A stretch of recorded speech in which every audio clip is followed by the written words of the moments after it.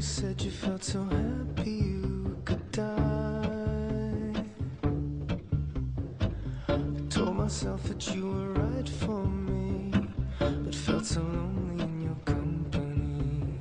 But that was love and it's innate, I still remember.